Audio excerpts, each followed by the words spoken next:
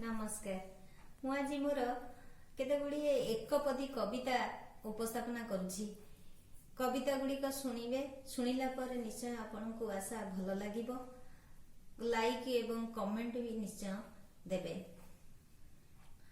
अनेक आशांक बंद दरजा को स्वप्न मोर खोली दिए, तापरे मु जाने मो हृदय को मु केमिति जे सी थाए। नभ बुकु तले काहि केते रंग एमिति तो लुचि रही थाए, प्रति आखि भला केमुठी बा ताकू सहजरे देखि पारि थाए।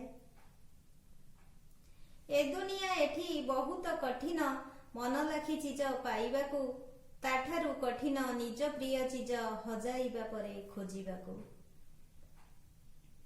मो अलस आखि अलस काहिकी ए प्रश्न हुए तो एपाई तुम पाखरे, तुम दोष को मो उपरे लदिबा बाहाना हुए तो तुम पासे सबु बेले। तो स्वप्न को नेई बंचिबार छड़ा आउ कि विकल्प एठी, जन्ह जे कईर एकथा को जदी ए दुनिया मानु अछि। मो आखि कजल जापाई नीति मो गाल जाए आसे बही, से आजी काहार पथरु कंटक बाछु अछि मन देई।